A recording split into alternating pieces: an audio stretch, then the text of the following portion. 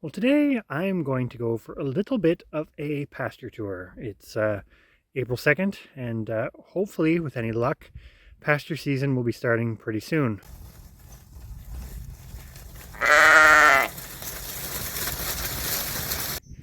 The snow is basically gone except for kind of right at my feet here. So I'm looking north across pasture 1, pasture 2 is up behind there, and then we come over here. You can see, looking pretty decent. So I'm now standing kind of at the back of pasture 2. And there's actually some green in there, which is really encouraging because I'm probably looking at less than a month till we might be able to get some sheep out here. It's always quite amazing how quickly spring springs, for lack of a better way to put it. And I mean, we had snow cover. Well, we had snow actually just 2 days ago. It wasn't very much, but we had pretty good snow cover up until last week when it really started to disappear. But it's amazing how quickly stuff starts to green up. There's already clover, there's already grass poking up. So it could be, we'll see, but it could be a really good spring. So obviously if you want to have animals of any description, but especially large grazing animals, fencing is important. And this is an area that we use for the horses, or we used for the horses last year. And you can kind of see it over there. I'll go over in a second, but there is an electric fence over there. And I can already see one tree that's fallen on it.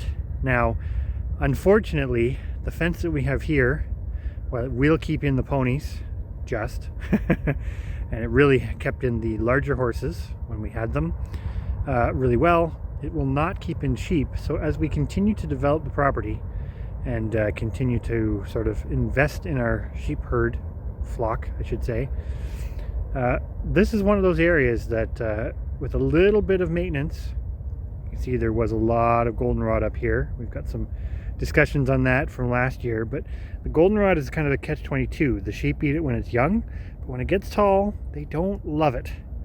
So even though we want there to be patches of goldenrod on the property, because this was left or has been left fallow for so long, we have massive patches of it. And unfortunately for us, the only way to really combat that is through a little bit of mechanical removal. So you can see the little bit of damage there. It's not significant by any means, but this 3-strand electric fence that we installed, or started to install because we didn't actually finish it, was a job or a project that we started back when we had the cattle. And it didn't take us very long. You can see here's the extent of it right now. It didn't take us very long to realize that cattle for us, even though we have a lot of land, cattle were beyond the resources that we had available to ourselves. So while cattle can be very easily fenced in with this kind of a fence, and repairs to this kind of a fence, even though that tree did fall on it, it's not really a big deal. This won't work for sheep. And that's the negative to sheep farming is you need good fences. And that's also kind of I'm going to say, the downside to us with the cattle, because it's never just a case of how much land you have. It's how good that land is for the animals that you have. And for us, given that this property was originally used for horses, well, I shouldn't say originally, but most recently used for horses, but left fallow for a good 10 years, basically, the pastures are in rough shape. Now, the sheep can utilize quite a bit off of this. Some cattle can. I will hesitantly say that. But generally speaking, the bigger the animal, the more food it needs. And we came into the same roadblock last year with the horses. We found the large horses were very easy to fence in with just the single strand of electric, and I'll walk down another area where we still have it up, bad on us, from last fall. But yeah, fencing is going to be your biggest limitation unless you're planning to keep your large hoofed animals in confinement, in which case that's a whole nother ball game of trying to feed them. The one thing about having large livestock, whether it's cows, horses, sheep, even goats, I know they're not as big of grazers, but the big grazing animals, is one side of the paradigm is really appealing because those animals all eat one thing quite well, and that's grass. Grass is, of course, of no real value for us. Yes, things like geese can eat it, and chickens will eat some, etc. But realistically, when we're talking grass-fed animals, they have to be the large grazers. Most of those are ungulates with a four-chambered stomach, which means they can very efficiently break down the nutrients of those. But even though on the higher theoretical order, those animals are extremely appealing from a sustainable perspective, there are a lot of things to consider, because the larger they are, the more they consume. And your pasture quality, which is a relative term to what you're trying to raise and where you are in the world, will have a huge impact on your ability to actually raise grass-fed or pasture-raised animals. So here's a good example of another area that we started to work on. And basically you can see on this side, we have a lot of gray dogwood, which is a common early successional plant in our neck of the woods. But as you can see from that little bird nest up there, I believe that's probably a old yellow warbler nest. This provides a lot of habitat, and I think this is the dilemma when growing your own food and you're trying to do it in a sustainable and responsible manner. You don't really want, I'm going to say it this way, and others may disagree, but you don't really want to remove all the available habitat around your food growing area, because it still provides a function that maybe you can't even quantify at the moment, but you may be really happy that you have it in the future. But you can see here, we've started to clear this area. Now, this is kind of a natural, I'm going to call it natural, even though it's definitely horse created from the good old days when there was a lot of horses on this property. But this area is a lot more open, and we've cleared this now twice. But you can see we have a lot of blackberries. Now, we haven't had the sheep back here yet, but you can also see all the goldenrod. Last year we fenced this, and you can still see the fence for the horses. And while they did come back and they did eat back here, there really wasn't much for them. So if this is going to be useful as an actual pasture space, because pasture space is useful from the perspective of feeding large grazing animals, we're going to have to keep doing some work. So I'm now standing kind of at what I'm going to call a crossroads. We have a very long property. It's over a kilometer long, which makes fencing and general maintenance management a little difficult, because everybody knows a square is a little bit easier from a surface area than a rectangle. You basically have more surface area in that square. So if I turn this way and I'm looking north with the south behind me, you can see where I was standing a moment ago. We have plans for everything sort of that way because it's closer to the house. But when I turn the camera around here for a moment, we have another area that there's kind of a balance going to have to be sort of made between the natural environment, as I'm going to call it, and our needs for pasturing our sheep. So here we look the other way, and you can see we have an old bell line that is down. It's no longer in use. Beyond the bell line, there be grass. There's actually, I would say, over 50% of our property is behind this.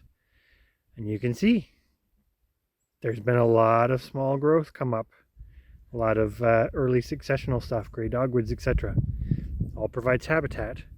But we will have to balance, and there's a lot of work required, our needs for pasture with our actual ability to maintain, or in this case, revitalize. So let's talk about carrying capacity for a moment. And this is not going to be definitive by any means, but it's something to consider, because you can go online and you can find calculations of how many cows per acre you can have, and how many sheep per acre you can have, and how many horses, and how many chickens, and how many geese, and all this other stuff. And that's all fine and dandy as a starting point, but you're going to really have to get a good idea of what does that mean for you.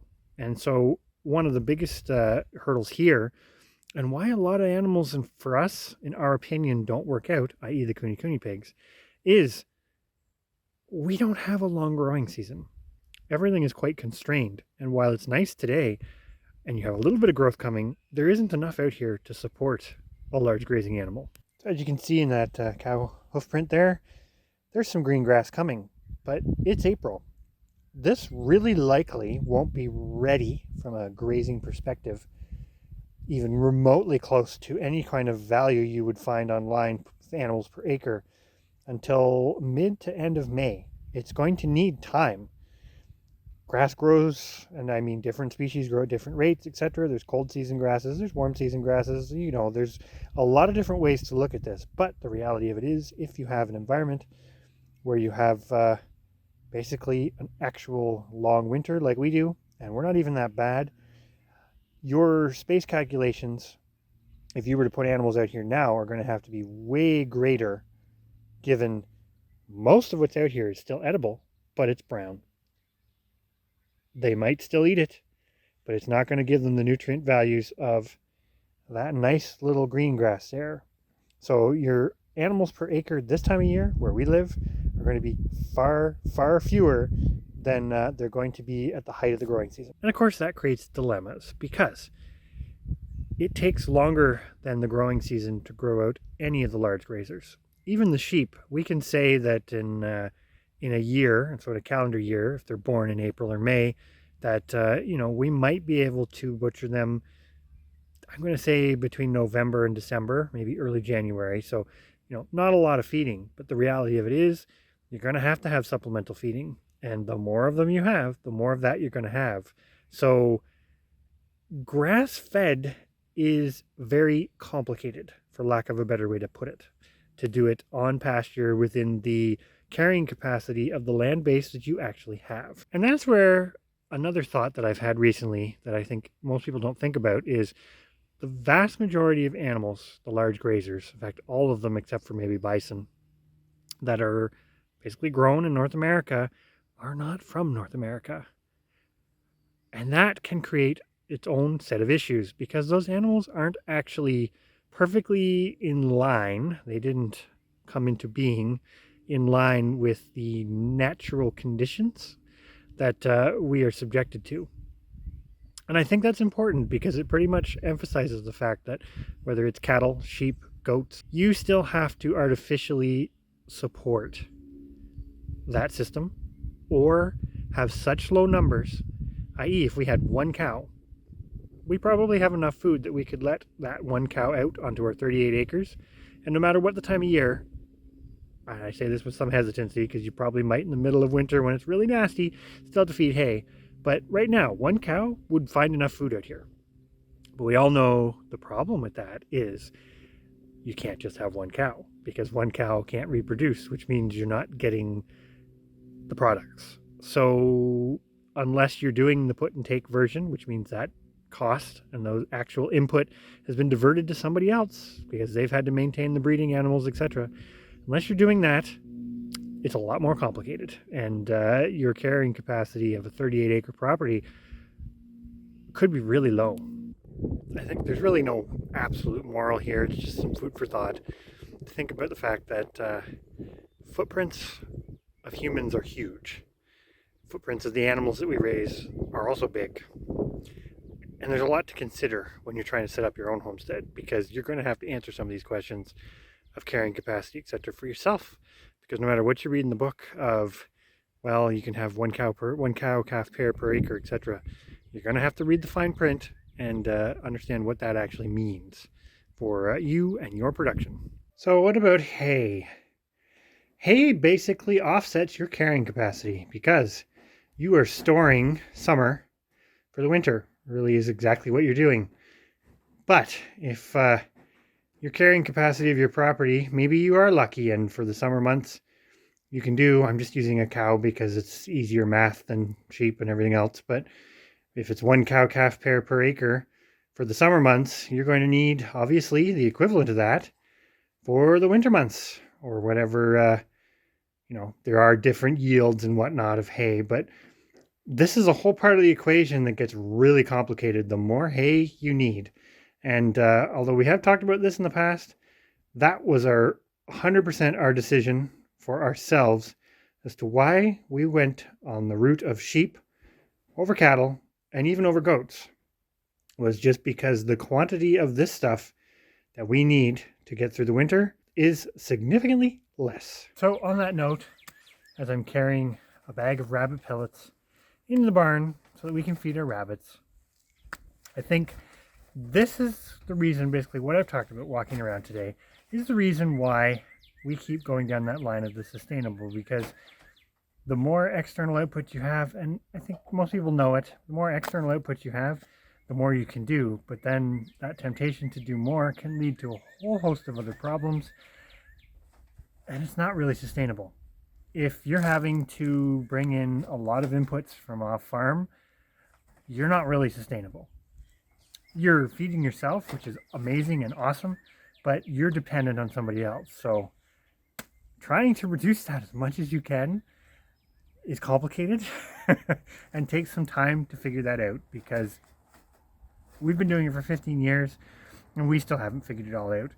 It's not something that most homesteaders can probably figure out on their own in their first year or two of doing it. They're going to have to spend years tweaking and keeping going to that, which I suppose ultimately means if you can get the next generation interested to potentially follow suit, then you've done a little bit more than just feed yourself. You've potentially made a change that if hundreds of us do it, that certainly becomes cumulative, and you can do the math. So on that note, I'm going to take our off-farm rabbit pellet input and put it in the barn, because right now that's what I have to do.